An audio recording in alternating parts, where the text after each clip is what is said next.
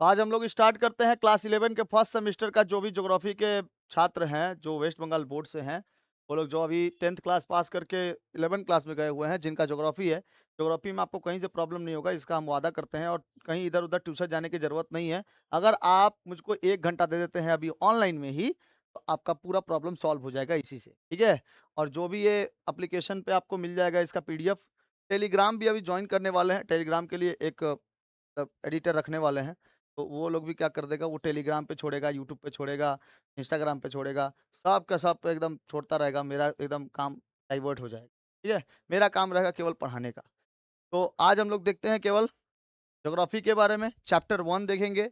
और चैप्टर 1 का आपका नाम है भूगोल एक विषय के रूप में, ठीक है? चैप्टर 1 का नाम है भूगोल एक विषय के रूप में। पूरा ज्योग्राफी का एकदम खतरनाक, ज्योग्राफी एज़ अ डिसिप्लिन। तो इसके बारे में हम लोग को पूरा जानना है। फर्स्ट सेमेस्टर का है और हर एक सेमेस्टर का हम लोग वीडियो बनाता चलेंगे। और साथ-साथ इसमें हम लोग प्लेलिस्ट भी बन जाएगा आप लोगों का। हिंदी और हिस्ट्री का ऑलरेडी प्लेलिस्ट बना दिए हैं। जिनको अगर मान लो कि रिपीट करना है क्लास को, देखना है, क्लास को और अच्छे से समझना है, तो वो जाके उसमें वीडियो देख लेना, ठीक है? जिनको हाँ, ऐप पे नहीं, यूट्यूब पे है। हाँ, यूट्यूब के प्लेलिस्ट पे डाल दिए हैं एकदम। प्लेलिस्ट पे हर एक प्लेलिस्ट का अलग-अलग मतलब हर एक सब्जेक्ट का अलग-अलग प्लेलिस्ट है। हिंदी का अलग है, पूरा लिखा हुआ है, बेस्ट प्लेलिस्ट ऐसे बोल के लिखा हुआ है। फिर बेस्ट प्लेलिस्ट हिस्ट्री का लिखा हुआ है, HIST और ऐसे लिखा हुआ है। अभी ज्योग्राफी का डाल देंगे, ठीक है? ज्योग्राफी का भी प्लेलिस्ट बना देंगे। इसके बाद हम लोग का बच जाएगा एजुकेशन का प्लेलिस्ट और एक ठो बच जाएगा आपका पॉलिटी का प्लेलिस्ट, ठीक है? तो पॉलिटी का प्लेलिस्ट मैडम वाला, वो मैडम का जब वीडियो वगैरह आ जाएगा, उनको एक दिन बुला के क्लास कराना है, दिखाना है कि कैसे क्लास होता है, ठीक है? तो इंट्रोडक्शन दिला देंगे ऑनलाइन वाले बच्चों लोग के साथ भी। बहुत जगहों से ऐसे मैसेज आ रहा था कि सर फर्स्ट सेमेस्टर का भी बना दीजिए वीडियोस, थर्ड सेमेस्टर का भी बना दीजिए। थर्ड सेमेस्टर वाला तो औरों पगला के रख दिया है, सर हम लोग का एग्जाम है, थर्ड सेमेस्टर का कहीं यूट्यूब पे वीडियो ही नहीं मिल रहा है। तो दिक्कत नहीं है, आएगा उसका भी वीडियो, डाल धड़ाक से डाल देंगे, ठीक है? टेंशन ना करो।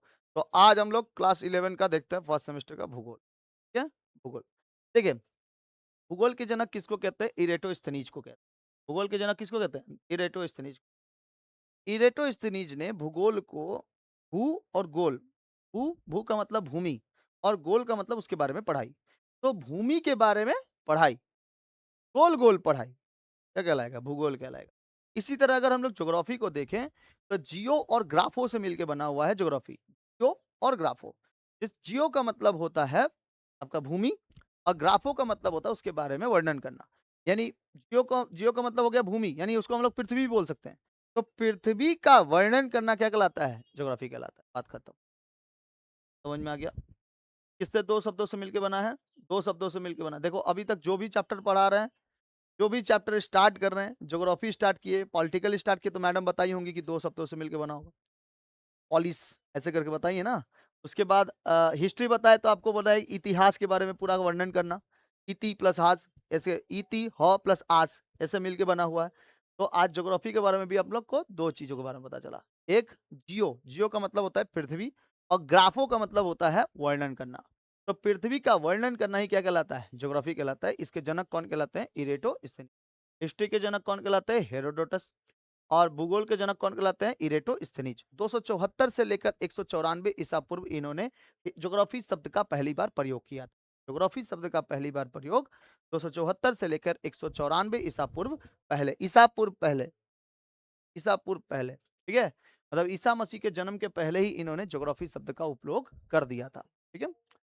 चैप्टर का नाम देख लीजिए, भौतिक भूगोल। ये आपका फिजिकल ज्योग्राफी के बारे में अभी हम लोग पढ़ रहे हैं, मतलब एक डाटा वाइज है। उस डाटा में सबसे पहला जो है वो है फिजिकल ज्योग्राफी। फिजिकल ज्योग्राफी पढ़ लेंगे हम लोग तो आधा से अधिकतर खत्म हो जाएगा हम लोग का एग्जाम से ओरिएंटेड। यूनिट 1 भूगोल एक विषय के रूप में ज्योग्राफी एज अ डिसिप्लिन के बारे में देखना है। तो देखो भूगोल की उत्पत्ति और अर्थ देखो। मूल शुरुआत जो हुई थी वो मानव द्वारा पृथ्वी पर प्राकृतिक दृश्य या भूदृश्य को हम लोग क्या कहते हैं? लैंडस्केप। लैंडस्केप जो हम लोग को दिखाई देते हैं, जैसे इस पृथ्वी पर आपको हर एक प्रकार के देश दिखाई देते हैं। देखिए देश दिखाई दे रहे हैं यहाँ पर, ये रहा अफ्रीका। ये क्या है? लैंड है ना? क्या हो गया आपका? देखो यहाँ पे भारत है, ठीक है? ये एक प्रकार की क्या है? लैंड है। तो लैंड वाला एरिया जो कहलाता है वो लैंडस्केप कहलाता है। लैंडस्केप जो होते हैं ये प्राकृतिक दृश्य या भूदृश्यों के बारे में बताता है। प्राकृतिक दृश्य या भू दृश्यों के बारे में बताता है। ठीक है, समझने और दूसरों को समझाने के सिलसिले से ही भूगोल का श्री गणेश माना जाता है। खुद समझने और दूसरों को समझाने, यानी सीखना और सिखाना, एजुकेशन। सब में एजुकेशन है, सब में। कल भी तो यही पढ़े थे। एजुकेशन, शिक्षा का मतलब ही होता है क्या चीज, सीखना और सिखाना। और ज्योग्राफी का मतलब ये खुद जानना और दूसरों को जनाना, ठीक है, ये बताना। तो ये कंडीशन होते हैं। सर्वप्रथम प्रयोग भूगोल का कब किया गया था? शब्द का प्रयोग सबसे पहले प्राचीन ग्रीक विद्वान इरेटोस्थनीज ने 274 बोल दिए थे ना, 276 से लेकर 194 ईसा पूर्व में किया गया था। 276 से लेकर 194 ईसा पूर्व पहले किया हुआ था। समझ में आ गया? याद रहेगा। तो ज्योग्राफी के जनक, भूगोल के जनक इरेटोस्थनीज कब प्रयोग किए थे शब्द का? 276 से लेकर 194 ईसा पूर्व पहले। जियोग्राफी का मतलब क्या होता है? जियो का मतलब होता है पृथ्वी, और ग्राफो का मतलब होता है उसके बारे में वर्णन करना, यानी पृथ्वी का क्या चीज वर्णन करना, क्या कहलाता है? ज्योग्राफी कहलाता है। ज्योग्राफी शब्द का प्रयोग किसने किया था? इरेटोस्थनीज ने किया था। इसमें हम लोग को प्राकृतिक दृश्य और लैंडस्केप के बारे में पता चलता है, प्राकृतिक के बारे में पता चलता है, हमारी पृथ्वी के बारे में पता चलता है, सौर मंडल के बारे में पता चलता है, हमारे पृथ्वी पर रहने वाले जीवों के बारे में पता चलता है, मानव ज्योग्राफी के बारे में पता चलता है। हम लोग बहुत सारे चीज़ों को देखकर हम लोग ज्योग्राफी में रख देते हैं। ज्योग्राफी का मतलब ही होता है जियो का पॉलिटिकल, थर्मेटिकल, सब कुछ मैप के तरह से एक तरह के समझना। ज्योग्राफी का ही मतलब होता है कि आप इसमें जहाँ-जहाँ भी जाते हो उस जगह पर हम लोग का मैपिंग होते रहता है। हम लोग ज्योग्राफी से ही समझ सकते हैं कि देशांतर और अक्षांश रेखा क्या है। ज्योग्राफी से ही समझ सकते हैं एस्ट्रोनॉमी क्या है, टोपोग्राफी क्या है, जियोलॉजी क्या है और ज्योग्राफी क्या है। तो ज्योग्राफी केवल एक शब्द नहीं है मिलाकर, ये बहुत सारे शब्दों का एक मिश्रण है, जिसमें हम लोग एस्ट्रोनॉमी भी पढ़ लेते हैं, ये भी ज्योग्राफी के अंदर आ जाता है। अगर हम पूरा एक ज्योग्राफी बोलते हैं केवल, तो उसमें एस्ट्रोनॉमी भी आ जाता है, जैसे चाँद, तारे, सूर्य, ये सब सारी चीज़। ठीक है? उसको हम लोग कहते हैं एस्ट्रोनॉमी। पृथ्वी के बारे में जब पढ़ाई होती है, पृथ्वी के अंदर डीप जब जाते हैं तो उसको कहते हैं टोपोग्राफी। क्या कहते हैं? टोपोग्राफी। और सॉरी, टोपोग्राफी मतलब स्थलाकृतियों के बारे में पता चलता है। और जियोलॉजी का मतलब होता है पृथ्वी के अंदर जाके पढ़ना, जैसे क्रस्ट, मेंटल एंड कोर। ठीक है? अभी तक पृथ्वी के अंदर भी मैग्मा है, लावा है, ज्वालामुखी है, सब ये सब क्या है? निकलते रहते हैं बाहर, लावा निकलते रहता है, मैग्मा निकलते रहता है। तो हम लोग जियोलॉजी में पढ़। और ज्योग्राफी का मतलब होता है ह्यूमन ज्योग्राफी हो गया, ठीक है? ह्यूमन ज्योग्राफी हो गया, फिजिकल ज्योग्राफी हो गया, थर्मेटिकल ज्योग्राफी हो गया, मैपिंग हो गया, वर्ल्ड मैप हो गया, इंडियन मैप हो गया, ये सब के सब हम लोग के ज्योग्राफी में चले। कोई दिक्कत? इतना समझ में आ गया आप लोगों को? तो ये आपका हो गया कौन? इरेटोस्थनीज, ठीक है? इरेटोस्थनीज। भूगोलवेताओं का कुछ प्रमुख प्रश्न और कार्य हैं। आपको प्रमुख प्रश्न और कार्य भी दिखा देते हैं, पहले इससे पहले ये समझो। शाब्दिक अर्थ देखो। शब्द, यह शब्द ग्रीक भाषा के 2 शब्दों से मिलकर बना है। यह शब्द ग्रीक भाषा के 2 शब्दों से मिलकर बना है। कौन-सा? कौन-सा? जियोग्राफी का। तो जियो का अर्थ क्या है देखो, जियो का अर्थ है पृथ्वी, और ग्राफोस का अर्थ क्या है? वर्णन करना। अर्थ पृथ्वी का वर्णन। पृथ्वी का वर्णन करना ही क्या कहलाता है? ज्योग्राफी कहलाता है। आधुनिक संदर्भ में आज भूगोल केवल पृथ्वी के वर्णन तक सीमित नहीं है। पृथ्वी के केवल वर्णन तक सीमित सारी चीज़ें आ गई हैं। नदी, नाले, झोपड़ियाँ, सब आ गया है। ठीक है? झोपड़ी भी ज्योग्राफी में पढ़ा जाता है। झोपड़ियाँ जो होती है ना, घर-बार सब, खेती कैसे होती है उसको भी ज्योग्राफी में पढ़ लेते हैं हम लोग। आगे आगे आप मानव ज्योग्राफी में पढ़ेंगे आप लोग। बल्कि इसे विज्ञान का, देख लो ध्यान से, क्यों हम आर्ट्स में ज्योग्राफी लेने को बोले हैं? देखो ध्यान से, यहाँ से लिखा है। स्पेशली हम इस लाइन को जोड़े हैं, स्पेशली आप लोग के किताब में भी दिया हुआ। देखो ध्यान से, थोड़ा ध्यान से देखो इधर पे क्या लिखा है। आज भूगोल केवल पृथ्वी के वर्णन तक सीमित नहीं है बाबू, बल्कि इसने विज्ञान का पद ग्रहण कर लिया है। तो कौन बोलता है कि हम साइंस नहीं पढ़ रहे हैं? कोई बोलेगा हम साइंस नहीं पढ़ रहे हैं? विज्ञान का मतलब ही क्या है? साइंस। लेकिन चीड़-फाड़ वाला नहीं, साइंस, मृदा साइंस, ठीक है? एस्ट्रोलॉजिकल साइंस, एस्ट्रोलॉजिकल साइंस, ठीक है? उसके बारे में बताना। खगोल विज्ञान, खगोल विज्ञान, मानव विज्ञान, ये सब क्या एक प्रकार का विज्ञान है, ठीक है?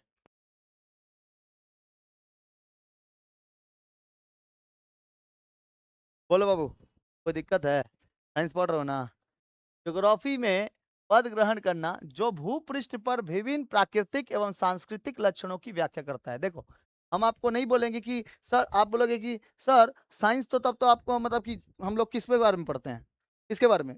जीवन के बारे में पढ़ते हैं, अपने शरीर शरीर के बारे में पढ़ते हैं, वो साइंस कहलाता है? नहीं। यहाँ पर जो है, यहाँ पर विज्ञान मतलब है प्राकृतिक और सांस्कृतिक देखना, वो विज्ञान है। प्राकृतिक विज्ञान, सांस्कृतिक विज्ञान, इसको हम लोग विज्ञान बोलेंगे। बाकी एमबीबीएस वाला जो पढ़ाई वो तो साइंस है ही, उसका कंपेयर तो हम लोग ज्योग्राफी से नहीं ना कर सकते। ठीक है? अब बोलोगे कि हृदय का कंपेयर हम इस ज्योग्राफी से कर दे तो दोनों तो साइंस है। नहीं, ऐसा नहीं। प्राकृतिक वाली साइंस अलग है और मानव वाला जो लाइफ साइंस है, लाइफ साइंस मतलब अपने जीवन के बारे में, डीएनए, आरएनए के बारे में, उसका साइंस अलग है। लेकिन उसकी भी कुछ बातें हम लोग की पृथ्वी के अनुसार ज्योग्राफी में दिया हुआ है। कैसे?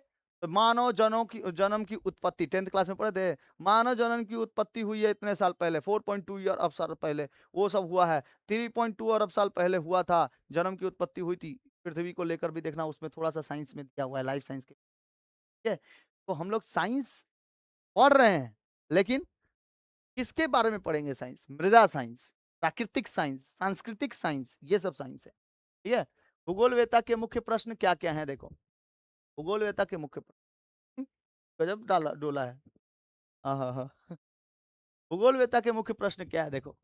एक भूगोलवेत्ता हमेशा कार्य व कारण के संबंधों के ढांचे में व्याख्या करता है। भूगोल मुख्य रूप से निम्नलिखित मौलिक प्रश्नों का उत्तर देने का प्रयास करता है। क्या-क्या चीज़ देखो। भूपृष्ठ पे कौन-कौन से प्राकृतिक तथा सांस्कृतिक लक्षण हैं, ये एगो देखने का कोशिश करता है। दूसरा, वे एक दूसरे से कैसे संबंधित हैं? जैसे हम, आप, ये ज़मीन, ये धरती, आकाश, सूर्य, चंद्रमा, तारे, ये सब कैसे हम लोग की धरती से संबंधित है, ये देखने का प्रकृति करता है। ये किस प्रकार का अस्तित्व में आए, ये किस प्रकार अस्तित्व में आए, ये क्वेश्चन एक होता है ना कि सर हम लोग अस्तित्व में कैसे आए? ज्योग्राफी ही बता देगा। हम लोग का मानव जीवन बना कैसे? म्यूटेशन कैसे हुआ? जीन कैसे हुआ? ठीक है? तो मिलर का प्रयोग 10th क्लास में मिलर का प्रयोग के अनुसार जीन का म्यूटेशन हुआ था और म्यूटेशन के पश्चात ही हम लोग क्या किए थे कि हम लोग का सर्वाइव किए थे। सर्वाइवल ऑफ द फिटेस्ट, याद है? सर्वाइवल ऑफ द फिटेस्ट, उस फिट के अनुसार ही हम लोग क्या कर सकते हैं, इस जिंदगी में शान से रह सकते हैं, इस पृथ्वी पर शान से रह सकते हैं। सर्वाइवल ऑफ द फिटेस्ट, जब तक सर्वाइव नहीं करिएगा तब तक रह नहीं पाइएगा। मानव अपनी लड़ाई में और बाहरी लड़ाई में तो जीत जाता है, लेकिन पर्यावरणीय यानी प्राकृतिक लड़ाई में नहीं जीत पाता है। जो जीत गया उससे वही आगे बार बढ़ता चला जाएगा। वही कंडीशन है कि यह किस प्रकार से अस्तित्व में आया, इसका भी एगो क्वेश्चन रहता है। दूसरा क्वेश्चन रहता है कि उनका वितरण कहाँ कहाँ और ऐसा क्यों हुआ वितरण। जैसे हम लोग क्यों हिंदू मुस्लिम सिख ईसाई में बैठ गए, क्यों हम लोग आज भी चार पैरों वाला बंदर आज भी हम लोग देखते हैं, दो पैरों पे हम लोग क्यों चल रहे हैं, वो बंदर क्यों भी नहीं चल सकता है, क्यों नहीं चल सकता है, मछलियां तैरती क्यों हैं, मछलियां तैरती क्यों हैं, वो पानी में कैसे रह जाती हैं, बाहर निकालते तो कैसे मर जाती है, हम लोग तो पानी में नहीं रह पाते हैं, मर जाते हैं। तो अब एगो क्वेश्चन आता है, ठीक है, जिसका एक ही आंसर है, ज्योग्राफी आपको बता देगा। समझ में आया? ज्योग्राफी आपको बता देगा। और भी क्या क्वेश्चन पूछते हैं देखो, क्या इनका वितरण प्रतिरूप मानव कल्याण के अनुरूप है? मतलब कि इनका जो वितरण हुआ है, ये कहाँ-कहाँ से आए हैं, अलग-अलग जो हुआ है, वितरण मतलब अलग-अलग। जो अलग-अलग रूप हुए हैं, ये मानव कल्याण के लिए क्या अनुरूप है? क्या मानव कल्याण के लिए सजग है? क्या मानव कल्याण इससे हो पाएगा इस ज्योग्राफी से? समझ में आ गया? तो ये क्वेश्चन हम लोग के बनते हैं, कार्य और कारण के। ठीक है? कार्य और कारण, ये क्वेश्चंस पर। अभी क्वेश्चन का आंसर ढूँढेंगे हम लोग किताब में। आगे देखो, मानव और प्रकृति का अंत संबंध, मानव और प्रकृति का अंत संबंध पूरा दिया हो, अंतर संबंध क्या होता है? गतिशीलता। भौतिक एवं मानवीय तथ्य स्थायी नहीं होते हैं, बल्कि इनमें गत्यात्मक होते हैं। गत्यात्मक मतलब ये लोग चलते फिरते रहते हैं। भौतिक चीजें कभी भी रुकी हुई, हम भी लोग कभी रुके हुए नहीं है। हम भी लोग क्या कर रहे हैं, चक्कर लगा रहे हैं, किसी ना का चक्कर लगा रहे हैं, सूरज का चक्कर लगा, सूरज किसी ना किसी का चक्कर लगा रहा है, का चक्कर लगा रहा है, ब्रह्मांड का चक्कर लगा रहा है। ये सब क्वेश्चन पूछ रहा है ना, क्वेश्चन पूछा जा रहा है कि नहीं, सूरज किसका चक्कर लगा रहा है। तालमी बाबा आए थे तो वो बोले कि देखो, पृथ्वी स्थिर है, सूरज इसका चक्कर लगा रहा है, बाकी अन्य ग्रह भी इसी तरह चक्कर लगा रहे हैं। तालमी को 100 7 सालों तक 700 सालों तक भगवान बना के रखा था सब। लेकिन फिर केपलर आए, कोपर्निकस आए, उसको कर दिए। न्यूटन बाबा आए, न्यूटन ने कहा कि ग्रेविटी होता है। पृथ्वी पर अपनी क्या है, ग्रेविटी है 9.8। तो ये क्या है, ग्रेविटी है, ग्रेविटी के फोर्स के अनुसार हम लोग ऊपर नहीं जा पाते हैं। नहीं तो क्वेश्चन कोई से कोई पूछ देता कि नहीं पूछ देता, सर हम लोग देखते हैं कि बॉल हवा में उछालते हैं तो वो ऊपर नहीं रखे वापस नीचे, ऐसा कहीं आता है? तो जब ये लोग नहीं बताए होते हैं, तब नहीं बताए होते हैं, हमारे आर्यभट्ट, जीरो का खोज ही नहीं हुआ रहता, तो जीरो के बारे में पता ही नहीं चलता जीरो क्या है। आर्यभट्ट साहब हम लोग के हैं, हम लोग के यहाँ पे विष्णुगुप्त जिनको कहा जाता है, वो जीरो का खोज कर दिए। अगर वो बताते नहीं कि जीरो को देखो कहाँ लगाना है, नंबर के बाद लगाना है, तो वो संख्या बढ़ती चली जाएगी। नंबर के पहले लगा दोगे तो उसका कोई महत्व नहीं रहेगा।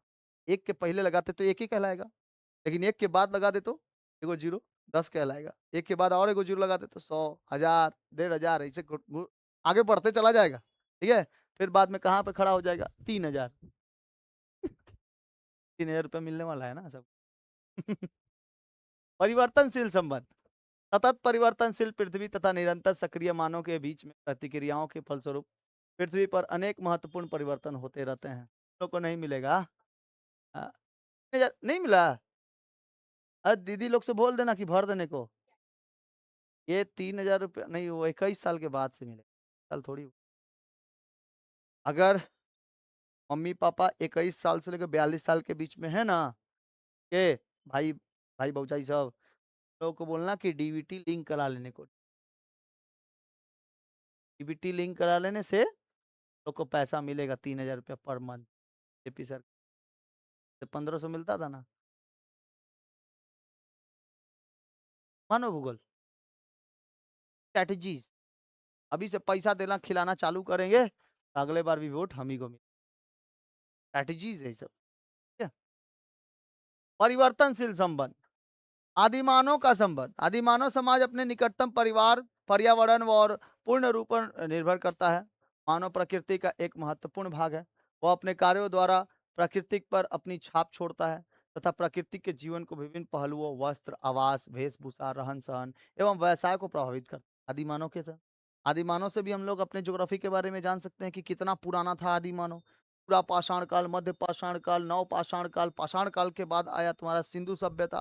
सिंधु सभ्यता के बाद आज हम लोग हिस्ट्री अपना बन के रखे हुए हैं, वही ज्योग्राफी है। ज्योग्राफी के अनुसार से हम लोग को वस्त्र पहनने का नियम, आवास रहने का नियम, वेशभूषा कैसा होना चाहिए, ऑफिस जाएंगे तो कैसा, सरकारी नौकरी में जाएंगे तो कैसा, प्राइवेट टीचर कैसा होगा, सरकारी टीचर कैसा होगा, सबके बारे में वेशभूषा पता चल जाता है कि नहीं।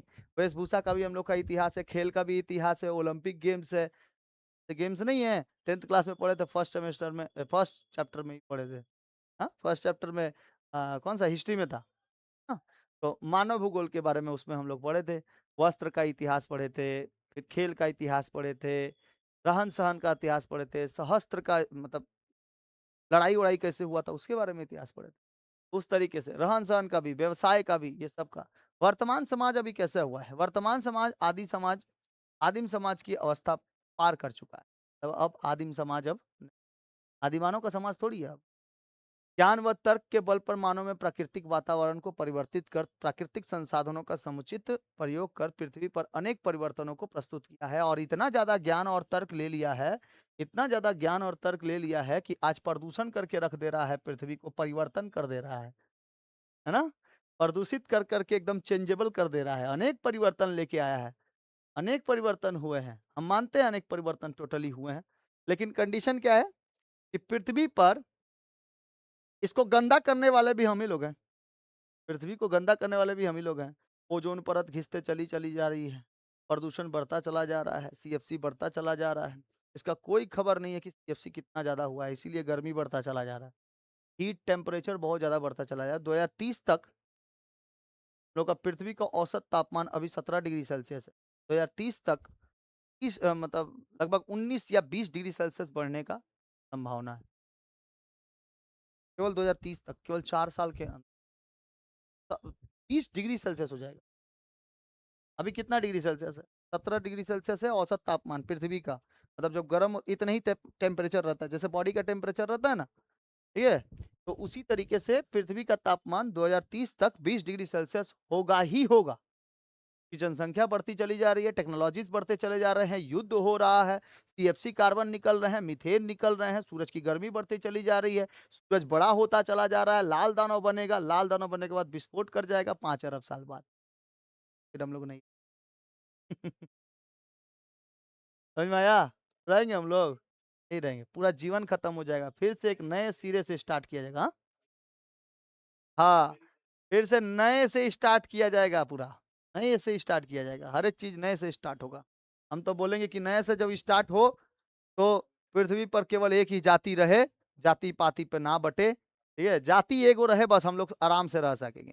मतलब हमारे आने वाले जो पीढ़ियाँ हैं, पृथ्वी पर आने वाली जो पीढ़ियाँ हैं, जब पृथ्वी फिर से ये होगा ना, सूरज के अंदर जब चला जाएगा, लाल दानव जब बनेगा, वो रेड जाइंट जब बनेगा, तो पृथ्वी-उर्थ्वी सब सारे के सारे भूमंडल सब चले जाएँगे। तो वो जब उसके अंदर चला जाएगा, तो नया सिरा से एगो नया बनेगा, जहान एगो हमारा हम लोगों का। फिर से हम लोग मिलेंगे। हाँ, तो आप लोग को याद आएगा, अरे सर 5 अरब साल बाद इसे पढ़ाए थे। याद है 5 अरब साल पहले पढ़ाए थे ना, क्योंकि हम लोग का मृत्यु कब होगी? 5 अरब साल बाद। हम लोग का मतलब क्या? पृथ्वी की पृथ्वी कब ध्वस्त होगा एकदम? 5 अरब साल बाद। फिर 5 अरब साल बाद यहीं पे मिलेंगे जगह पर। स्वर्ग है ना हम लोग, है ना? तब क्या पता अलग-अलग रोबोटिक दुनिया। अभी तो आने वाले समय में एकदम रोबोटिक हो जाए। देखो, भूगोल का विकास कैसे हुआ? भूगोल ही मानव के सबसे पुराने बौद्धिक कार्यों का केंद्र रहा है। जैसे भारत, चीन, ईरान, अरब तथा कई पश्चिमी विद्वानों ने परिचित कराया है। मतलब विद्वानों ने ध्यान देना बातों को, जो बात एकदम इम्पोर्टेंट है उसको हम क्या कर दे रहे हैं, गोल कर दे रहे हैं। जैसे इसमें गोल किए थे ना, ज्ञान और तर्क, इतना ज़्यादा ज्ञान और तर्क दे देता है कि लोग ये भूल गए हैं कि पृथ्वी को हम लोग गंदा करते भी चले जा रहे हैं, प्रदूषित, और अनेक परिवर्तन हुए। पहले बोले, पता चल रहा है? हाँ, वैसे गर्मी नहीं लग रहा है, हवा आ रहा है, लोग को लग लोग को तो चलो, आगे देखो। तो विद्वानों का क्या है यहाँ पर, विश्व को एक दूसरे से परिचित कराया है, विश्व को एक दूसरे से परिचित कराया।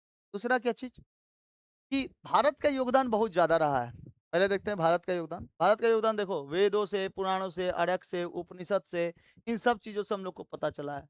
भारतीय सभ्यता अति प्राचीन है, देख लो। ज्योग्राफी खुद बोल रहा है कि भारतीय सभ्यता जो है, हम लोगों की सभ्यता, सिंधु घाटी सभ्यता 2500 साल पुराना। जिस समय कोई धर्म का नाम नहीं था, ठीक है? धर्मों का, मज़हबों का नाम नहीं था, उस समय उस जगह पर हिंदू देवी-देवताओं के चित्र, ये आपके क्या कहते हैं, मूर्तियाँ मिलती हैं। जिस समय कोई नहीं आया था इस पृथ्वी पर, जिस समय भगवान का राज था यहाँ पर, उस समय वेद लिखे गए थे। हाँ? इंसान कुछ नहीं। वेदों में बोला गया, पहले वेद लिख दिया गया है, और सभी लोग को ये मानना ही पड़ेगा कि वेद सबसे पुराना हम लोग का प्रमुख स्रोत है भौगोलिक जानने के लिए। वेदों में हर एक बातें लिखी हुई, हर एक बातें, जैसे हम लोग का उत्पत्ति कैसे हुआ, जीवन कैसे बदला। हाँ, संस्कृत में भले ही लिख रहा है, उसको पढ़ने में थोड़ा सा टाइम लगेगा, लेकिन कैसे लिखा है, सारा चीज के बारे में निवारण है। रोग कैसे निवारण होगा, रोग कैसे पकड़ता है, पृथ्वी कैसे बनी थी, गोल क्यों दिखाई देती है ऊपर से पृथ्वी, सब कुछ। कितना योजन पर सूरज है, कितनी दूरी पर सूरज है, 100 योजन पर भानु, ये तो हनुमान चालीसा में ही देती है। इसी को आके बढ़िया से कैलकुलेट करके कुछ यूनानों ने, यूरोपियों ने हम लोग को बता दिया कि 15 करोड़ किलो, और आज हम लोग में नॉर्वे में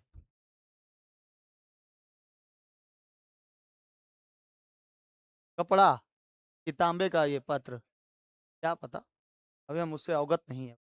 ठीक है, तो देखिए, भारतीय सभ्यता अति प्राचीन है। यहाँ की सभ्यता एक संस्कृति ऐसी 4000 से लेकर 5000 वर्ष पूर्व मानी जाती है। भारतीय सभ्यता, जिसमें ऋग्वेद विश्व सबसे प्राचीन ग्रंथ ऋग्वेद है। विश्व का, भारत का नहीं, विश्व का सबसे प्राचीन ग्रंथ ऋग्वेद है। ये किताबों में लिखा हुआ है, हम अपने मन से नहीं बोल रहे हैं। अगर कोई तुमसे कहता है, लड़ता है, तो उसको यूट्यूब सर्च करके दिखा देना, क्रोम सर्च करके दिखा देना कि विश्व का सबसे प्राचीन ग्रंथ जो है वो हम लोग का वेद है। और उसमें से कौन सा? ऋग्वेद। ऋग्वेद, सामवेद, यजुर्वेद और अथर्ववेद। तो ऋग्वेद सबसे पुराना ग्रंथ है, धार्मिक ग्रंथ है। धार्मिक ग्रंथ कहने का मतलब क्या? ये प्राचीन ग्रंथ है, धार्मिक नहीं। जिसमें ऋषि मनीषियों से परवालोकन एवं चिंतन का संकलन किया गया है। वैदिक कालीन स्रोत जो है, वैदिक काल 4000 से लेकर 1500 ईसा पूर्व में भौगोलिक ज्ञान के लिए प्रमुख स्रोत बनता है। जैसे वेदों के बारे में, पुराणों के बारे में, अरण्य के बारे में, उपनिषद के बारे में, ये सब के बारे में हम लोग को पता चल जाता है। ठीक है, इससे पता चल जाता है कि ज्योग्राफी कितना पुराना है हम लोग। साथ साथ देखो कौन कौन से वेद हैं? ऋग्वेद, यजुर्वेद, सामवेद और अथर्ववेद। ये 4 गो वेद हैं हम लोगों के। पुराण को हम लोग 5वां वेद कहते हैं। 18 गो पुराण है ना, पुराणों की संख्या 18 है। ये गरुड़ पुराण है, विष्णु पुराण है, शिव पुराण है, ठीक है? ऐसे करके कई सारे पुराण हैं। तो पुराणों से भी हम लोग को पता चल जाता है ज्योग्राफी कितना पुराना है हम लोगों का। भारत का योगदान बहुत ज़्यादा रहा है, क्योंकि हम लोग भारत में रह रहे हैं इसलिए भूगोल में योगदान बहुत ज़्यादा है, इसीलिए भारत को लिए, ठीक है? बाकी और भी तो लिखा हुआ था देखो, चीन भी लिखा हुआ था, यूनान भी लिखा हुआ था। चीन में तो पीली सभ्यता चालू हुई थी, सभ्यता। 4 वेदों और भूगोल। भारत में प्राचीनतम ग्रंथ 4 वेद, ऋग्वेद, सामवेद, यजुर्वेद और अथर्ववेद। ऋग्वेद में चर्चा किसकी है? ऋग्वेद में चर्चा है ग्रंथों की, मंत्रों की, सूर्य देवता की पूजा की, सब चीज। यजुर्वेद में युद्ध की चर्चा है, प्रोज पोएट्री इसी में है। सामवेद में संगीत की चर्चा है। अथर्ववेद में जादू टोना वशीकरण इसके बारे में दिया गया है, ठीक है? सबके बारे में। इनकी रचनाओं में सृष्टि, सृष्टि रचना, सूर्य की विशेषता, प्रभाव, सौर मंडल, जीवों का विकास, बादलों की उत्पत्ति, हवाओं का चलना, वर्षा तथा हिमपात आदि का उल्लेख मिलता है बाबू। हम लोग के वेदों में सब चीज के बारे में लिखा है। देखो सौर मंडल, आकाश में क्या क्या चीजें हैं उसके बारे में वेदों में पहले ही से लिख दिया गया है। जिस समय मानव उत्पत्ति नहीं किया था, हमारे ऋषि मुनियों ने पहले ही लिख दिया है। सुश्रुत ने पहली बार अपने घर में, सुश्रुत एक डॉक्टर हैं, पहली बार अपने घर में उन्होंने सर्जरी किया था, प्लास्टिक सर्जरी। जिस समय में टेक्नोलॉजी नहीं थी उस समय में उन्होंने प्लास्टिक सर्जरी किया था। सर्जरी कर करके निकालते थे, मतलब कि चीड़ फाड़ जो होता है ना बॉडी में, तो उसने किया था। क्या बोलोगे कि भारत के पास क्या नहीं है? हर एक चीज की सुख सुविधाएं देखो। जीवन का विकास, जीवों का विकास ये भी दिया गया है। बादलों की उत्पत्ति कैसे हुई है ये भी दिया गया है। हवाएं कैसे चलती हैं ये भी दिया गया है। वर्षा और हिमपात कैसे होता है ये भी दिया गया है वेदों में। उसी सब से हम लोग निकाल निकाल के एक किताब लिख दिया है सब, अंग्रेजों ने, तो पढ़ पढ़ के। हम लोगों ने अपने वेद को अच्छे से नहीं पढ़ा। आप बताओ ना, वेदों का 4 गो का कोनो नामो नहीं जानता होगा जल्दी से। कौन सबसे पुराना है, कौन सबसे नया है इसके बारे में? पुराना तो पता चल गया ऋग्वेद, सबसे नया बताओ। अभी सबसे नया कौन है? अथर्ववेद है। सबसे बाद में लिखा गया कौन? अथर्ववेद, तो नया ही ना हुआ। सबसे पुराना कौन हो गया? ऋग्वेद हुआ। तो कोनो कोनो को ये पूरा वेद का नामो नहीं पता होगा। वेद 4 गो है ये भी नहीं पता होगा, किसी किसी को पता ही नहीं चलता, बिकॉज उसके बारे में बताया नहीं जाता है। सब के सब किस में ढाल दिए गए? अंग्रेजी। तो अंग्रेजी स्कूल में आपको किसके बारे में बताया जाएगा? Oh my God you are my जी। भारतीय संस्कृति के बारे में नहीं बताया जाएगा, बाहर की संस्कृति के बारे में पढ़ाया जाएगा। अंग्रेज कब आए, कब यहाँ पे लूटे, लूट के लेके चले गए, उसके बाद वो अपना पहले गाएगा, उसके बाद जनगणमन होगा। अभी तो सभी स्कूलों में बोल दिया गया है कि भाई वंदे मातरम गाना जरूरी। आप भी लोग के स्कूल में भी होगा एकदम, वंदे मातरम एकदम जरूरी है गाना, ठीक है? ऋग्वेद में उत्तम, परमा एवं तृतीय नामक वायुमंडलीय परतों का उल्लेख है। देखो उत्तम, परमा, तृतीय। पहले मतलब वायुमंडल की जो संख्या होती है हम लोग के पास कितनी होती है? 5 गो होती है ना, लेकिन वेद में कितना है? 3 गो दिया है। उत्तम सबसे पहला, मतलब ट्रोपोस्फियर। परम इसके बाद वाला, और तृतीय मतलब इसके बाद लास्ट यही है। तो वहीं तक तो लास्ट हम लोग को लगभग लगभग मिलता ही है। जैसे हम लोग 2 गो और डाल दिया अंग्रेजों ने, ठीक है? ट्रोपोस्फियर, स्ट्रेटोस्फियर, मेसोस्फियर, आइनोस्फियर और एक्सोस्फियर, ये होता है ना। तो आइनोस्फियर के बाद ही एक्सोस्फियर हो जाता है। तो इन लोगों ने देखो इसमें तीनों को नाम दिया है। तो भाई वायुमंडल की परतों के बारे में तो पता चला ना, कम से कम हम लोग को वेदों से पता चला, ठीक है? अथर्ववेद में विश्वपति, कॉस्मोगॉनी एवं ब्रह्मांड विज्ञान कॉस्मोलॉजी का पर्याप्त ज्ञान संचित है। बाप रे बाप, खतरनाक। अथर्ववेद में विश्वोत्पत्ति यानी कि कॉस्मोगॉनी और ब्रह्मांड का ज्ञान कॉस्मोलॉजी पूरा पता है। कॉस्मोलॉजी ब्रह्मांड, ब्रह्मांड में कौन कौन सी चीजें हैं, तारे कितनी दूरी दूरी पर होते हैं, कब मरते हैं, कब ये करते हैं, सारा चीज के बारे में वेदों में लिखा हुआ है। बताओ योगदान हुआ कि नहीं हुआ? योगदान बहुत खतरनाक हुआ। दूसरा, महाकाव्य काल 1600 से लेकर 600 ईसा पूर्व रामायण और महाभारत नामक महाकाव्यों में विस्तृत भौगोलिक विवरण मिलता है। रामायण और महाभारत, रामायण में राम और सीता और लक्ष्मण के बारे में पता चलता है। कैकेयी मंथरा और राजा जनक के बारे में पता चलता है ना, ये सब के बारे में। तो रामायण के बारे में भी हम लोग को पता चलता है। संजीवनी, रावण की लंका, श्रीलंका, जैसे पता चलता है। भारत से कैसे राम सेतु जोड़ा गया है श्रीलंका तक, इससे महाकाव्य से हम लोग जान सकते हैं कि हम लोग का ज्योग्राफी कितना पुराना है कि नहीं। तो बताओ, एक देश का दूसरे देश से मिलाप हम लोग को देख रहा है कि नहीं दिख रहा है कि भाई साउथ साइड में भी कोई ना कोई एगो देश था जो रामायण में क्या किया गया है, वर्णन किया गया है कि राम इसी रास्ते से गए थे कहाँ, श्रीलंका। तो वहां पर एगो आइलैंड था, उस आइलैंड का नाम क्या रखा गया, श्रीलंका रखा गया। लेकिन जो सेतु बनाया गया था उसको अभी नाम दे दिया गया है एडम्स ब्रिज। हाँ, अंग्रेजों ने नाम दे दिया एडम्स ब्रिज। ये एडम्स ब्रिज, राम सेतु नहीं कहिए उसको, क्या कहिए, एडम्स ब्रिज कहिए। और कुछ कई सारे ज्ञानी अब पढ़े लिखे लोग आपको यही बोलेंगे एडम्स ब्रिज। कहा है भाई, हम लोग की संस्कृति किससे जुड़ी है? बच्चों को सिखाना चाहिए कि राम सेतु बनाया गया है, प्यार का वो प्रतीक है, वो प्यार का प्रतीक है, राम और सीता का प्यार। लेकिन क्या पढ़ाया जाता है, मुमताज और शाहजहां का प्यार, ये ताजमहल, ये प्यार की वो निशानी है। तो वो क्या है, राम सेतु क्या है बताओ तब, राम सेतु क्या है, वो प्यार की निशानी नहीं है। हाँ, ऐसा ऐसा बात करता है ना, मन तो करता है पूरा ज्योग्राफी में डाल दे इसको लोग। ठीक है, रामायण महाभारत, महाभारत में भी हम लोग को पूरा का पूरा हिस्सा मिलता है। नामक महाकाव्यों में विस्तृत भौगोलिक विवरण मिलता है हम लोगों को। साथ साथ आर्यभट्ट ने देखो 1600 ईसा वर्ष 1500 वर्ष पूर्व प्रसिद्ध खगोल वैज्ञानिक आर्यभट्ट ने आर्यभट्टीय ग्रंथ लिखकर पृथ्वी की परिधि को अंकित करने में काम किया। पृथ्वी की परिधि टोटली नाप दी है, कितनी परिधि है पृथ्वी की, ठीक है, वो भी नाप दी है। पुराणों में भी हम लोग को मिलता है, कुल पुराण कितने हैं, 18 गो हैं। इसमें रचना कब हुआ है, 1000 से लेकर 300 ईसा पूर्व, इस ईसा पूर्व में। प्राचीन, अरे बाबू जिस समय अंग्रेजवा लोग का जन्म नहीं हुआ था ना, खुद यहूदियों का जन्म नहीं हुआ था, उस समय हम लोग के ग्रंथ लिखे जा चुके थे, पुराण लिखे जा चुके थे। और ये लोग आया कब, ईसा मसीह का जन्म कब माना जाता है, सन 2000, 2000 ईसा पूर्व पहले बोलता है ना, 2000 साल पहले। ये कब कब लिख दिए गए, 1000 साल पहले।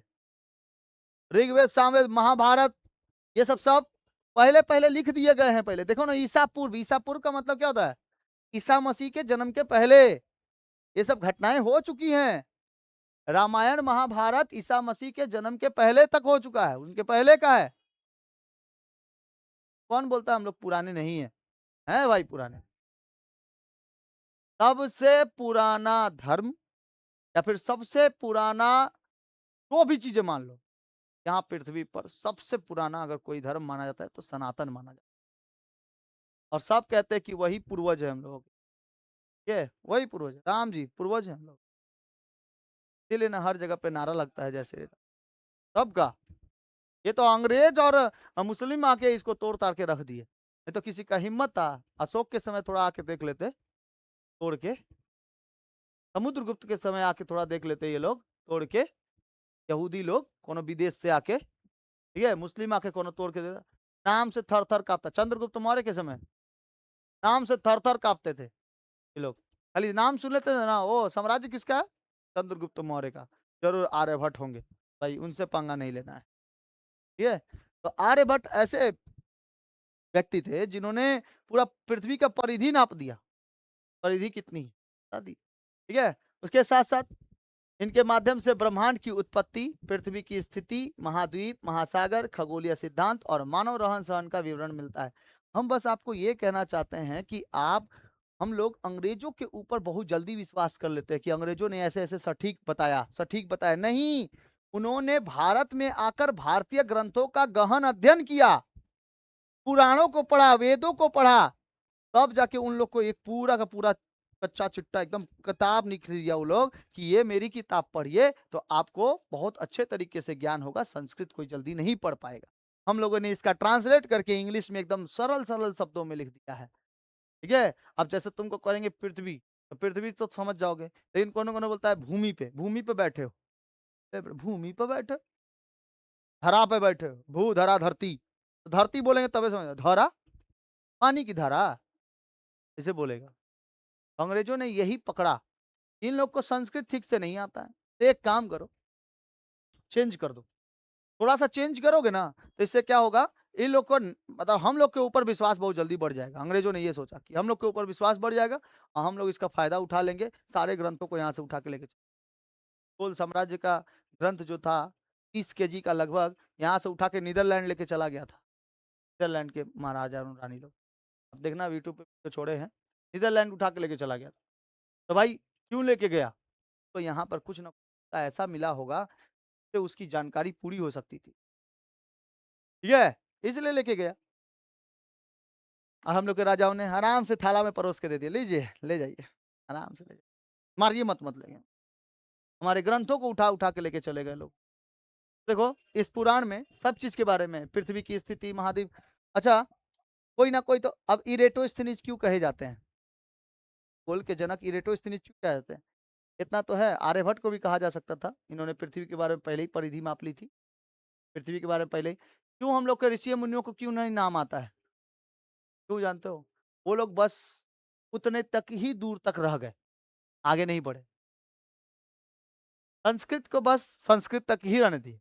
लेकिन अंग्रेजों ने, इरेटोस्थनीज ने, यूनान के देशों ने, यूरोप के देशों ने, उन लोगों में पुनर्जागरण हुआ। अब पुनर्जागरण कार्य के पश्चात इन लोगों ने पता लगाया कि देखो इजिप्शियन सभ्यता में कैसे लोगों को मम्मी बनाया जाता था, क्यों मम्मी बनाया जाता था, क्या ऐसा कारण था, धार्मिक पता लगाओ। कौन कौन सा केमिकल यूज करते थे, पता लगाओ। केमिकल क्या होता है, डेटॉल कैसे बनेगा, साबुन कैसे बनेगा, पता लगाओ। और सब चीज के बारे में, पृथ्वी पृथ्वी गोल घूम रही है कि चौकोर घूम रही है कि दीर्घ वृत्त पाथ पे घूम रही है, पृथ्वी पर सीजन परिवर्तन ऐसा क्यों हो रहा है, क्या हो रहा है, इन अंग्रेजों ने बढ़िया तरीके से क्या किया था, इसका गहन अध्ययन किया था, हम ही लोग के पुराणों से, ग्रंथों से, इसलिए उन लोग का नाम आ जाता है। देखो कई लोग ना क्या करते हैं, बाहर विदेश विदेश में घूमने उमने जाते हैं, तो वहाँ के कल्चर को पता करते हैं। हम लोग तो छुट्टी में कहाँ चल जाते हैं, अपने नानी घर, समर वेकेशन हुआ है, नानी घर चल चलो, क्या पता चलेगा। इन लोगों का काम था ना कि विदेशों विदेश घूमना, वहाँ के कल्चर के बारे में जानना, वहाँ की संस्कृति के बारे में जानना, ठीक है, तो कोई ना कोई ऋषि मुनि लोग मिल जाता होगा, उधर पे बैठ के एकदम आराम से अंग्रेज वालों को सुनता होगा, देखिए ये हमारा ग्रंथ है, ग्रंथ का इंग्लिश ट्रांसलेट हो सकता है क्या, कोई कोई वर्ड ऐसे मिल सकते हैं क्या, ठीक है। मान लो ऋषि मुनि लोग कोई संस्कृत पढ़ा हो, कोई ना कोई तो संस्कृत, ऋषि मुनि लोग जो गहन संस्कृत पढ़ा हो, उस ऋषि मुनि से इसने, कोई अंग्रेज ने क्या किया, पूछ लिया पूरा कि इसमें बताइए हमको क्या लिखा हुआ है, तब बताइए, हिंदी में बताए होंगे, नहीं बोल पाते होंगे, हिंदी में बताए होंगे, हिंदी में बताया होगा, कोई हिंदी वाला होगा, वो इंग्लिश में ट्रांसलेट करके दे देता होगा, या फिर उसकी भाषा में ट्रांसलेट करके दे देता होगा, वो क्या किया, पूरा करके लिख दिया और अपना अपना कुछ जोड़ दिया। जैसे आपको हम देखो, इसमें पूरा टोटली हम पूरा लाइन बाय लाइन थोड़ी पढ़ा रहे हैं, कुछ कुछ हिस्सा ही पढ़ा रहे हैं, जो हिस्सा मेन है उसको हम लोग क्या कर दे रहे हैं, गोल कर दे रहे हैं, तो उसने भी देखा कौन कौन के हिस्से बहुत इंपॉर्टेंट है, वही वाला ले लो। जैसे पृथ्वी की परिधि इंपॉर्टेंट है, पृथ्वी घूमता है इंपॉर्टेंट है, पृथ्वी अपने अक्ष पर 23.5 डिग्री झुका हुआ है इंपॉर्टेंट है, देशांतर अक्षांश रेखा टानी गई है इसके ऊपर, ग्रीनविच मीन टाइम है, ठीक है, 5.5 घंटा इधर उधर है, पृथ्वी पर नॉर्थ पोल है, साउथ पोल है, समझ में आ गया, ये सब बताया गया है। सोमनाथ का मंदिर, कौन सा, सोमनाथ का मंदिर कहाँ पे है, गुजरात में। सोमनाथ के मंदिर के सामने से क्या कहा गया है, देखो हम आते हैं आपको,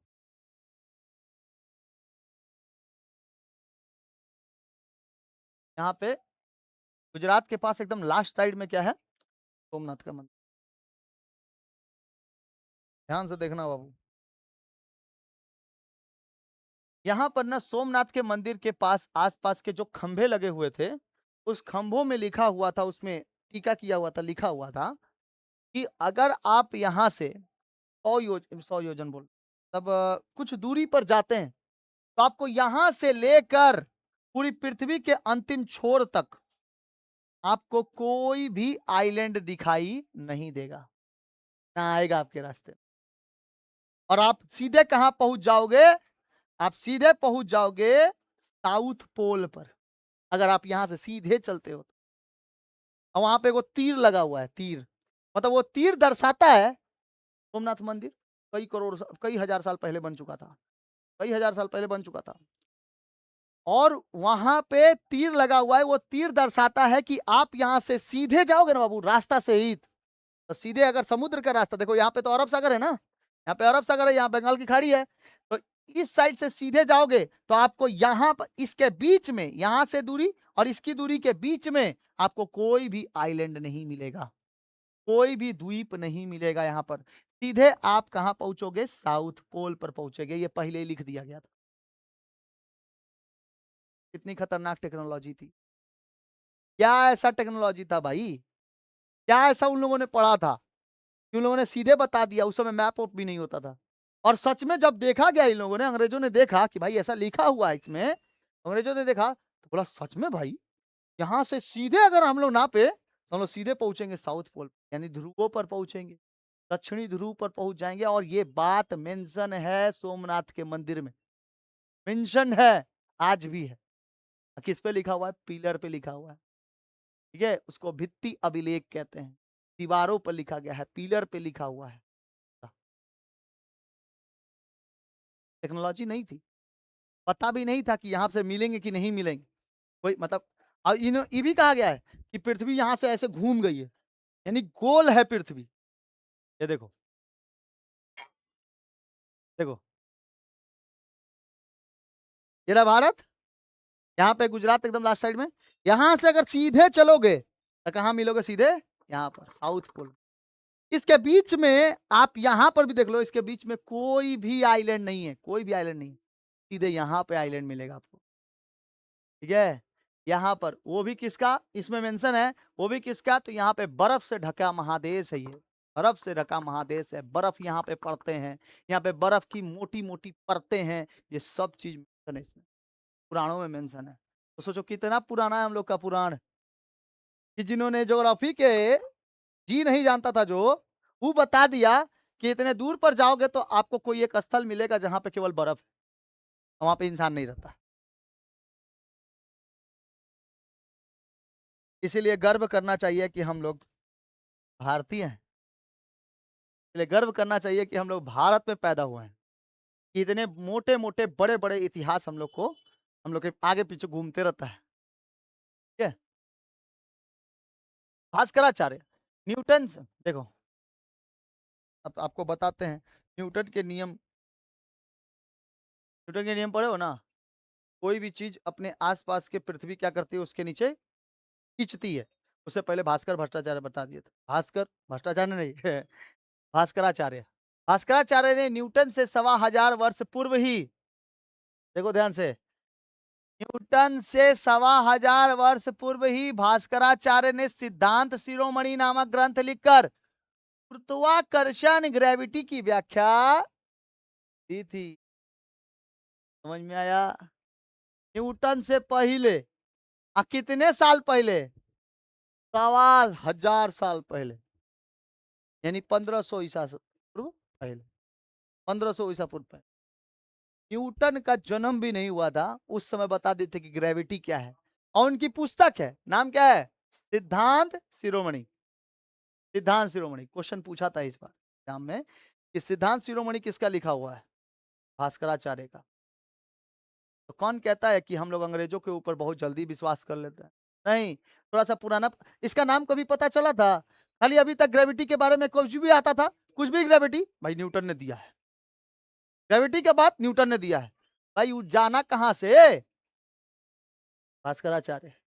आज जो बहुत सारे फिजिक्स के टीचर घूमते रहते हैं, मेरी ये किताब है, मेरी ये किताब है, इसी किताब में बहुत अच्छे तरीके से लिखा हुआ, मेरा किताब पढ़िए। ऐसा लगता है ना कि पूरा फिजिक्स का दारोमदार उसी के ऊपर है, ऐसा लगता है। मतलब वो न्यूटन को उसने जनित देखा है लिखते हुए, देखा है, ऐसे बोलता है। ये ओनली एंड ओनली एकदम खतरनाक टीचर आए हुए हैं, यहाँ से फिजिक्स पढ़ा रहे हैं, एकदम खतरनाक पढ़ाते हैं, इनके जहाँ से बहुत ज्यादा सिलेक्शन हुआ है। अरे भाई, हम भी जानते हैं सिलेक्शन कराने वाले बहुत जन हैं, बहुत लोग करा लेते हैं सिलेक्शन, लेकिन थोड़ा सा हिंदी मीडियम वालों को, बच्चा लोग को पढ़ा के हमको थोड़ा दिखा दीजिए, हमारे बच्चा लोग भाग्य दर्शन होंगे आपके। हमारे बच्चों लोग को थोड़ा सा हिंदी मीडियम में पास करा दीजिए, 80-90% लिया दीजिए, नहीं हो पाएगा। ठीक है, नहीं आ पाएगा जल्दी, जल्दी नहीं आ पाएगा, होएगा, लेकिन कब होएगा इसका पता नहीं। समझ में आया? जो पहले से तेज है वो तो पहले ही से तेज है, उसको और तो बताने की जरूरत नहीं है। लेकिन जो एकदम बुर्बकवा है, एकदम एकदम लोल किस्म का, 2 से 2 में गुणा करने नहीं आ रहा है, उसका क्या करिएगा? ठीक है? और जितना भी देखना ये टीचर लोग जो ऑनलाइन वाले लोग हैं, ये लोग देखना रिजल्ट हो जाने पर एकदम सेमिनार रखता है, एकदम बड़ा-बड़ा सेमिनार, हम लोग के पास आइए, एकदम सेमिनार में बच्चा फर्स्ट आया है, टॉपर मारा है, टॉपर मारा है। तो पहले ही से टॉपर है। अब बैक बेंचर्स लोग को, जिनको न्यूटन का एन पता नहीं, उन लोग को थोड़ा टॉप मरवा के दिखाइए कि साइंस क्या कहता है कि सबका ब्रेन एक ही वजन का है। सबके ब्रेन के अंदर कैपेसिटी पावर है, कैपेसिटी पावर है, तो उस कैपेसिटी के अनुसार उसको दे के देखिए, एक बार बता के तो देखिए। तो ये सब नहीं है, न्यूटन बाबा से पहले भी क्या हो गया है, भास्कराचार्य ने ग्रेविटी के बारे में बता दिया था। ठीक है? हाँ,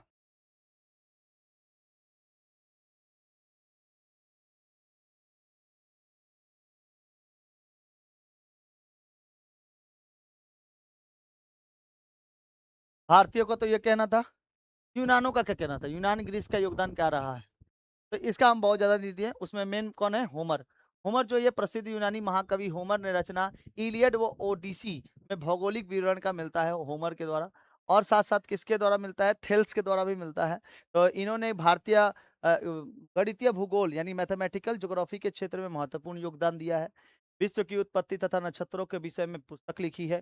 थेल्स प्रथम विद्वान थे जिन्होंने पृथ्वी का मापन यानी मेजरमेंट किया तथा भूपटल पर स्थानों की स्थिति का निर्धारण किया। भूपटल पर स्थान कहाँ-कहाँ पे कैसे-कैसे हैं, जैसे उत्तरी अमेरिका, दक्षिणी अमेरिका, अफ्रीका, यूनानी और उसके बाद यूरोप, ठीक है, एशिया, ये सब महादेशों के बारे में पता करने का श्रेय किसको जाता है, थेल्स नामक वैज्ञानिक को। तो थेल्स थेल्स ने ही पता किया था कि भाई देशांतर और अक्षांश रेखाएं इसमें बहुत ज्यादा महत्वपूर्ण, ठीक है। ये कौन व्यक्ति, थेल्स, ठीक है, थेल्स। उसके बाद एनगीजीमेंडर, ये थेल्स के शिष्य थे। कौन, थेल्स के शिष्य, एनगेजी मेंडर, इन्होंने थेल्स के शिष्य थे। इन्होंने प्रथम बार एक मापक स्केल बनाया, बनाकर विश्व मानचित्र यानी वर्ल्ड मैप बनाया था। यह भूगोल की सबसे बड़ी देन थी। यह भूगोल की सबसे बड़ी देन कौन थी, इन्होंने वर्ल्ड मैप जो बनाया था, वर्ल्ड मैप, हम लोग अभी पढ़ते हैं वर्ल्ड मैप, ठीक है। इसमें 7 महाद्वीपों के बारे में दिया हुआ है और 5 गो महासागर के बारे में दिया। इसमें जैव भूगोल यानी बायोज्योग्राफी जैसे स्वतंत्र विषय की नींव रखी और उत्पत्ति के सिद्धांत का प्रतिपादन किया। और हिकेटियस, हिकेटियस जो थे ये पूर्व 500 के आसपास इन्होंने अपनी प्रसिद्ध पुस्तक पेरियोडस के सुदूर क्षेत्रों में ज्ञान का वर्णन किया। इसमें प्रादेशिक भूगोल का जन्म हुआ। हेरोडोटस, जिन्होंने काला सागर के तटवर्ती क्षेत्रों में एशिया माइनर और फारस आदि भ्रमण पर भौगोलिक विवरण प्रस्तुत किया और ज्ञात विश्व का मानचित्र भी तैयार किया। कौन, हेरोडोटस, जो इतिहास के क्या है, जनक है, क्या। व्यवस्थित भूगोल की स्थापना अन्य विद्वान भी है, इरेटोस्थेनीज, इन्होंने ज्योग्राफिया नामक ग्रंथ लिखकर भूगोल शब्द को जन्म दिया। ज्योग्राफिया, ज्योग्राफिया नामक ये क्या लिखा था, ग्रंथ लिखा था, किसने, इरेटोस्थेनीज ने। इन्होंने भौगोलिक ज्ञान पर वैज्ञानिक सिद्धांतों पर आधारित क्रमबद्ध ज्ञान के रूप में विकसित किया, अतः इन्हें व्यवस्थित भूगोल का जनक कहा जाता है। मतलब व्यवस्थित तरीके से इन्होंने बताया था कि ज्योग्राफी कैसा होता है, क्या होता है। देखो, व्यवस्थित और अनव्यवस्थित किसको कहते हैं, जैसे इससे पहले हम जो भी भास्कराचार्य पढ़ाए या फिर जो भी ग्रंथों ग्रंथों के बारे में आए, वो ना पूरे प्रॉपर तरीके से नहीं लिखे हैं ज्योग्राफी के बारे में, लेकिन इन्होंने पूरा प्रॉपर तरीके से ज्योग्राफी को आसान भाषा में लिखा। इसीलिए ज्योग्राफी का जनक किसको मानते हैं, इरेटोस। जिसको समझेंगे भाई उसी को ना मानेंगे, ठीक है। थियोफ्रेस्टस, इन्होंने पौधों वौधों के बारे में बताया, जलवायु वनस्पति के बारे में बताया था, जलवायु के बारे में बताया था, वनस्पति के बारे में पारस्परिक संबंध का परीक्षण किया था। थियोफ्रेस्टस। टालमी, देखो, टालमी वैज्ञानिक, इन्होंने क्या कहा? इन्होंने बताया कि पृथ्वी की स्थिति ब्रह्मांड के केंद्र में है। देखो क्या बोल रहे हैं। इन्होंने बताया कि पृथ्वी की स्थिति ब्रह्मांड के केंद्र में है और सूर्य और अन्य ग्रह इसकी परिक्रमा करते हैं। देख ले टालमिया को, टालमी वैज्ञानिक। इन्होंने अक्षांश और देशांतर रेखा, लैटिट्यूड और लॉन्गिट्यूड का प्रयोग विश्व मानचित्र को मैप को तैयार किया गया। मतलब विश्व में मानचित्र में कौन-कौन से चीजें कहाँ-कहाँ पे, कौन-कौन से देश कहाँ पर है, अक्षांश रेखा और देशांतर रेखा से। उन्होंने व्यवस्थित तरीके से टाना नहीं था, इन्होंने व्यवस्थित तरीके से आके टान दिया, इसीलिए टालमी का नाम हो गया। इसलिए टालमी पढ़ते हैं और ये टालमी एकदम टाल था। ये बोलता था कि पृथ्वी एकदम केंद्र पे है और सूरज चक्कर लगाता है पृथ्वी का। ये कौन-सा बात है भाई? फिर केपलर आए, कोपरनिकस आए, इन लोगों ने बताया कि देखिए केपलर आए तो उन्होंने बताया कि नहीं, पृथ्वी सूरज का चक्कर लगाता है, वो भी पश्चिम से पूरब। ठीक है? फिर उसके बाद कोपरनिकस आए, कोपरनिकस ने बताया तो देखिए गोल चक्कर नहीं लगाता है, इलिप्टिकल पाथ पर चक्कर लगा, मतलब दीर्घवृत्त, कभी दूर चला जाता है सूर्य से, कभी पास चला आता है सूर्य के। तो 3 जनवरी को उपसौर होता है और 4 जुलाई को अपसौर होता है। ठीक है? ये सब होता है और दूरी घटते-बढ़ते रहती है पृथ्वी और सूरज की। और बाकी सारे ग्रह कौन चक्कर लग सारे ग्रह किसके चक्कर लगा रहे हैं? सूरज के। सूरज भी चक्कर लगा रहा है, इसलिए हम लोग अस्थाई नहीं है, हम लोग अस्थाई हैं, हम भी लोग घूम रहे हैं। कोई भी इस धरती पर रहने वाला जीव वो अस्थाई है, वो घूमता ही रहता है। पृथ्वी घूम रही है तो लॉजिकली सी बात है हम भी लोग, है ना? समझ में आ गया इतना? इसके बाद नेक्स्ट क्लास में आप लोग को इसका सेकंड पार्ट पढ़ा देंगे, ठीक है? सेकंड पार्ट मतलब क्या? वीडियो का सेकंड पार्ट। ये तो फर्स्ट चैप्टर चैप्टर फर्स्ट ही है। इतना समझ में आ गया? आप लोग पढ़ लिए इरेटोस्थनीज के बारे में। भूगोल का जनक किसको कहते हैं? इरेटोस्थनीज को। कब से कब तक जाना गया था इनके बारे में? 276 से लेकर 194 ईसा पूर्व। इरेटोस्थनीज ने कौन सी पुस्तक लिखी थी? ज्योग्राफिया ने पुस्तक लिखी थी, उससे ज्योग्राफी नामक शब्द आता है। हम लोग को एस्ट्रोनॉमी के बारे में, जियोलॉजी के बारे में, टोपोग्राफी के बारे में किस में पता चल जाता है? वेदों से, पुराणों से, अरण्यक से और उपनिषद से, है ना? पुराणों की संख्या कितनी है? 18। 18। वेदों की संख्या कितनी है? 4 का 4 कौन से? ऋग्वेद, सामवेद, यजुर्वेद, सबसे पुराना वेद, सबसे नया वेद, अथर्ववेद। ठीक है, ऋग्वेद सबसे पुराना है। उसमें ग्रंथों की चर्चा है, मंत्रों की चर्चा है और उसके साथ-साथ हम लोग ज्योग्राफी जो भूगोल जो जनक कहते हैं, किसको कहते हैं? इरेटोस्थनीज को। थियोफ्रेस्टस ने किसके बारे में बताया? जलवायु और वनस्पति। अच्छा, भास्कराचार्य ने किसके बारे में बताया? ग्रेविटी के बारे में। न्यूटन से भी पहले। हम लोग के देश की जानकारी किसमें से मिल सकती है? कौन-कौन से महाकाव्यों से मिल सकती है? रामायण और महाभारत। कौन-सा एक मंदिर है जिसने उसमें पहले ही से लिखा हुआ है? हाँ, सोमनाथ का मंदिर में पहले ही से लिखा हुआ है कि यहाँ से अगर आप सुदूर दक्षिण में जाते हैं, तो इसके बीच में कोई भी आपको आइलैंड आइलैंड मतलब कोई भी आपको द्वीप नहीं दिखाई देंगे। जब आप कहाँ पे पहुँचोगे? एकदम साउथ में पहुँचोगे तो वहाँ का एरिया मोटे-मोटे परतें हैं किसके? बर्फ के। ठीक है? ये पहले ही बता दिया गया। समझ में आ गया? टालवी ने क्या कहा था? कि पृथ्वी सूरज किसका चक्कर लगा रही है? पृथ्वी का। केपलर ने क्या कहा था? कि पृथ्वी चक्कर लगा रही है किसका? और कोपरनिकस ने कहा था कि पृथ्वी ही क्या कर रही है? चक्कर लगा रही है किसका? सूरज का, लेकिन किसके पाथ पर? इलिप्टिकल पाथ पर, यानी कि दीर्घवृत्त पाथ पर, कोपरनिकस ने। और फिर गैलीलियो आए, बोले कि टालमी को छोड़कर बाकी दोनों जन सही बोल रहा है। गैलीलियो गैलीली ने क्या बनाया? टेलीस्कोप बनाया, बोला टालमी टाल बेटा, इसको छोड़कर बाकी दोनों जन क्या बोल रहा है? सही बोल रहा है। यार ऐसे नाम तो नहीं लेना चाहिए, ये लोग बड़े-बड़े वैज्ञानिक लोग हैं, भगवान के रूप में जाने जाते हैं ये लोग, ठीक है? ऐसे नाम नहीं लेना, टाल था, ऐसा नहीं, ठीक है? हुँ? ठीक है ना बाबू? आज इतना रहने देते हैं, अगले क्लास में मिलेंगे, ये आपको प्लेलिस्ट में मिल जाएगा, अगले क्लास में मिलते हैं। जय हिंद। जय हिंद।